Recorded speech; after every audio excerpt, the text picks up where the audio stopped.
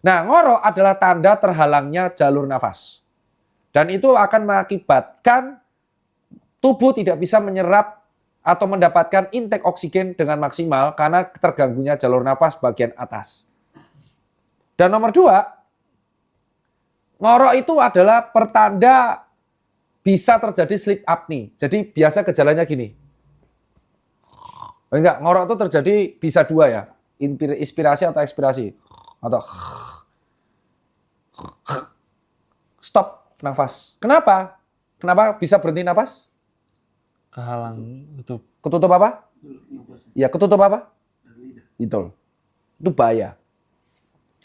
Kalau dia sekali ketutup 8 detik atau 4 detik. Dan ternyata ketutupnya 4 detik nih Kim. Terus dalam waktu 7 jam dikali aja. Gejala awalnya adalah orang tersebut sering mengantuk. Sering capek. Bangun nggak seger. Sleep apnea itu bisa bahaya. Karena bisa mengganggu penurunan kualitas hidup. Jadi kalau di sekitar kalian ada orang ngantuan, ngorok, nah itu berarti gejala sleep apnea. Caranya gimana? Bawa ke dokter SPTHT.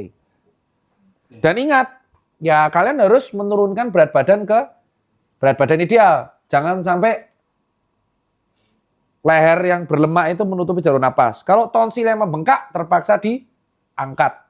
Itu yang biasa diceritakan sebagai operasi amandel. Oke, pertanyaan berikutnya.